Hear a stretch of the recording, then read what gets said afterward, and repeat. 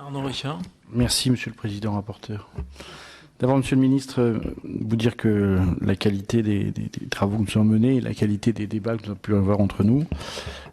Quelques questions sur les contrats aidés dans leur généralité. Celui-ci soulève beaucoup de pression amicale de votre part, beaucoup d'intérêt de la part de l'ensemble des acteurs de l'État local, mais on a quand même une petite inquiétude, et nous le serons en fin d'année, si l'apprentissage, les contrats de professionnalisation, les CAE, les CIE, continuent à trouver leur public par rapport au montant que vous nous avez présenté dans les débats. Une question d'ailleurs extrêmement précise, c'est quel est à votre sens le pourcentage d'emplois d'avenir qui sont des jeunes issus d'un contrat unique d'insertion, sachant que l'emploi d'avenir est considéré comme une sortie en emploi durable pour un titulaire de CUI. C'est quand même une question dans la chaîne des emplois aidés. Moi, je fais partie des antiseptiques, donc je ne vous ferai pas la ritournelle. Vous êtes dans cette catégorie.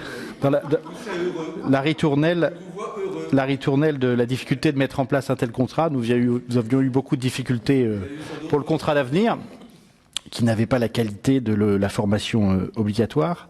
J'ai quand même un peu le sentiment qu'en termes réglementaires, il y a eu un trou d'air entre novembre et avril.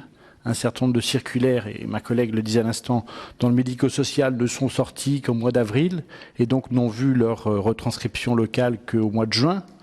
Là, à notre sens, enfin à mon sens, il y a eu un trou d'air réglementaire dans la mise en œuvre au sein des différentes grandes directions de l'État.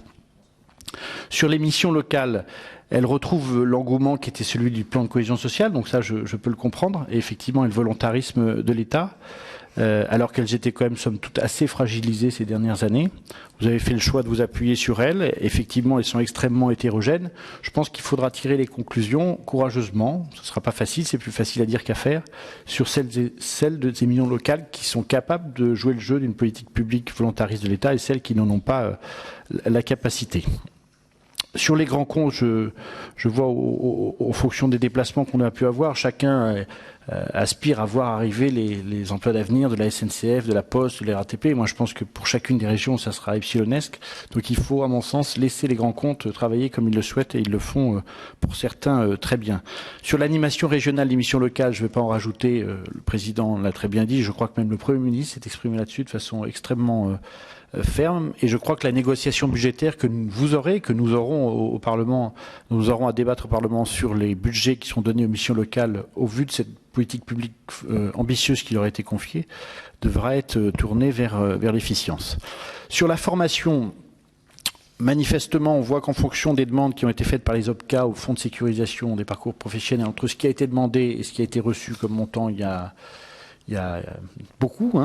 Alors vous me direz qu'il y a une raison qui est certainement liée à la majorité précédente sur le fonds de sécurisation, mais en l'occurrence, comment imaginez-vous donner une impulsion plus forte aux montants qui sont confiés aux OPCA pour mettre en œuvre les formations liées aux emplois d'avenir?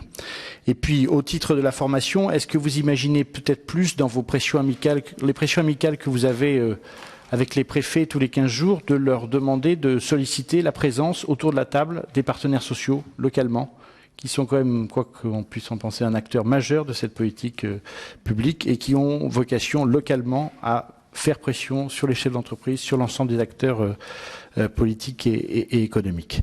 Et puis un dernier point sur... non, je crois que c'est tout. Un dernier point sur les US. Nos collègues en ont déjà beaucoup parlé. Je crois qu'il faut tenir, vous avez raison.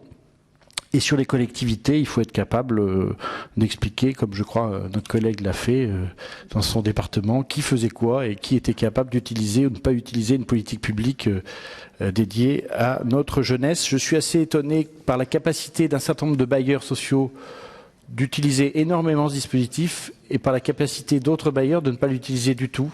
Je trouve ça dommage parce que c'est profondément un outil qui peut leur être destiné.